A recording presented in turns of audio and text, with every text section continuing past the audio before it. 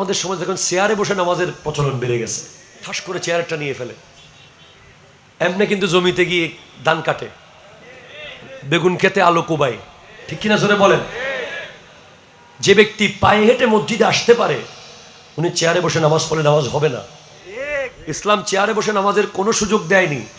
ইসলাম বলেছে হয়তো দাঁড়িয়ে অথবা বসে অথবা শুয়ে। এখন চেয়ারে বসে বসে নামাজ, যারা পায়ের উপর দাঁড়িয়ে দাঁড়িয়ে নামাজ পড়বে, ইমাম গজালির কিতাবে এসেছে যে পায়ের দিক থেকে যে কোনো আযাব ওই ব্যক্তির ওই নামাজ তাকে সেভ করে ফেলবে। যেটা আমার জিনিস আরেকজনের হয়ে যাবে, আমার আয়ত্তে আজীবন থাকবে না, ওটা আমার না। আমার আয়ত্তে থাকবে যেটা পৃথিবীর কেউ কেড়ে নিতে পারবে না, সেটা হলো আমার ফজরের নামাজ। আমার থেকে কেউ কেড়ে নিতে পারবে না, সেটা হলো আমার জোহরের নামাজ। কেউ নিতে পারবে না আমার দাড়ি, কেউ নিতে পারবে না আমার মিসওয়াক, কেউ নিতে পারবে না আমার সালাম, কেউ নিতে পারবে না আমার দুরূদ, কেউ নিতে পারবে না আমার সাদাকা, কেউ নিতে পারবে না আমার নেক আমল। দোকান নিয়ে যাবে ভাই, এ বিশাল চাকটাই প্রতিদিন কোটি কোটি টাকার মাল আসে যায়। জাস্ট আজকে থেকে 100 বছর পর একজনও নাই, একজনও নাই। জাস্ট 100টা বছর যেতে ভবিষ্যতে 100 মাস লাগবে না।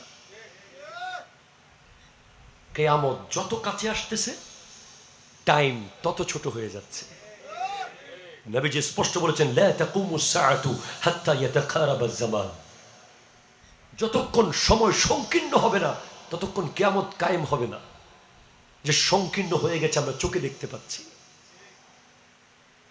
বছর যাচ্ছে মাসের মতো, মাস চলে যাচ্ছে সপ্তাহের মতো, সপ্তাহ চলে গেছে দিনের মতো, দিন চলে গেছে ঘন্টার মতো। এই ফজর এই এশা, এই ফজর এই এশা, ঘুম ভাঙলেই এশা, ঘুম ভাঙলেই এশা। এই জানুয়ারি, এই ডিসেম্বর, এই 2020, এই 2025, কোথায় চলে গেছে তোমার জীবন?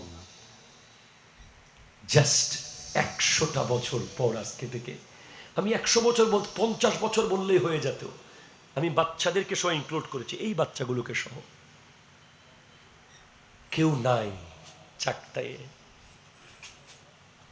ওই যে দোকানের তালা মারতেছে, 100 বছর পর কে তালা মারবে সেখানে?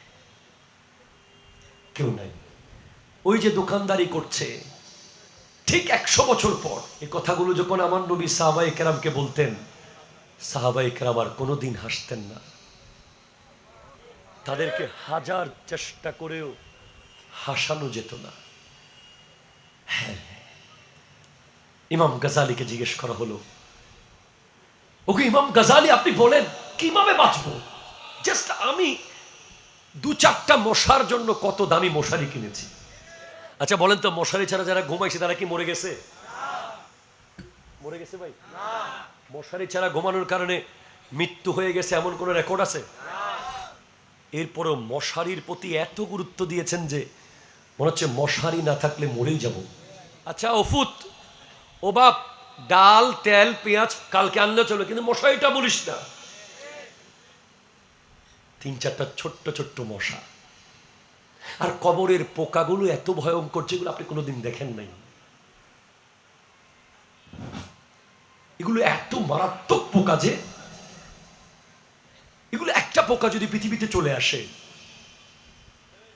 গোটা পৃথিবীর জনপদ বসবাসের অনুপযুক্ত হয়ে যাবে।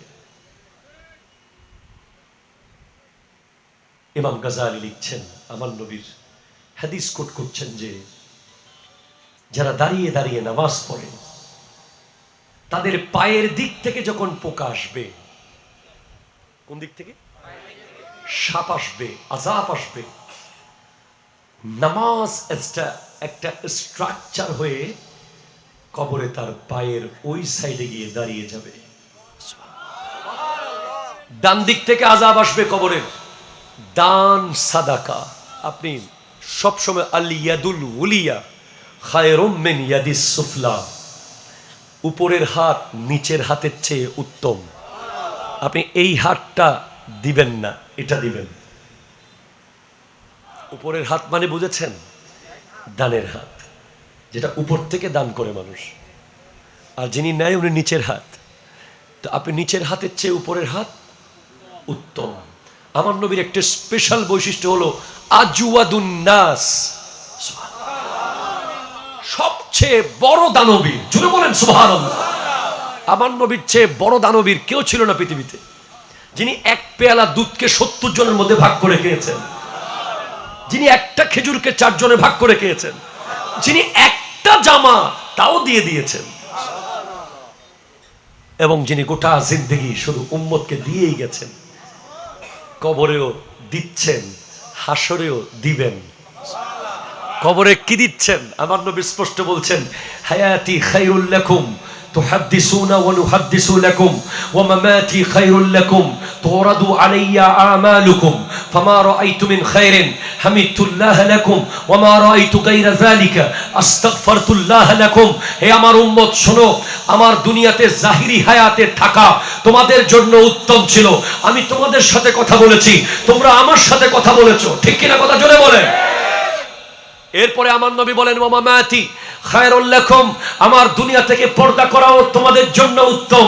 তুরাদু আলাইয়া আমালুকুম, তোমাদের প্রত্যেকটা মুহূর্তের কার্যক্রম আমি নবীর কাছে পৌঁছে দেওয়া হয়। আজকে চারটায়ের প্রত্যেকটা সেকেন্ড এখন কি হচ্ছে, ওয়াল্লাহ সহিহ হাদিস থেকে আমি আপনাকে বলছি, এগুলো আমার নবীর রওজায় পৌঁছে যাচ্ছে। ফামা রাআইতু মিন খায়রিন, আমি যখন দেখি যে আমার উম্মত ভালো কিছু করছে, হামিদতুল্লাহ লাকুম, আমি তোমাদের হয়ে আল্লাহর প্রশংসা করি। ওয়া মা রাআইতু গায়রা যালিকা আস্তাগফারতুল্লাহ লাকুম, আমি যখন দেখি যে আমার উম্মত অন্যায় কিছু করছে, গুনাহ করছে, আমি তোমাদের হয়ে আল্লাহর কাছে ক্ষমা চাইতে থাকি। আমার নবী কত বড় আজওয়াদুন নাস।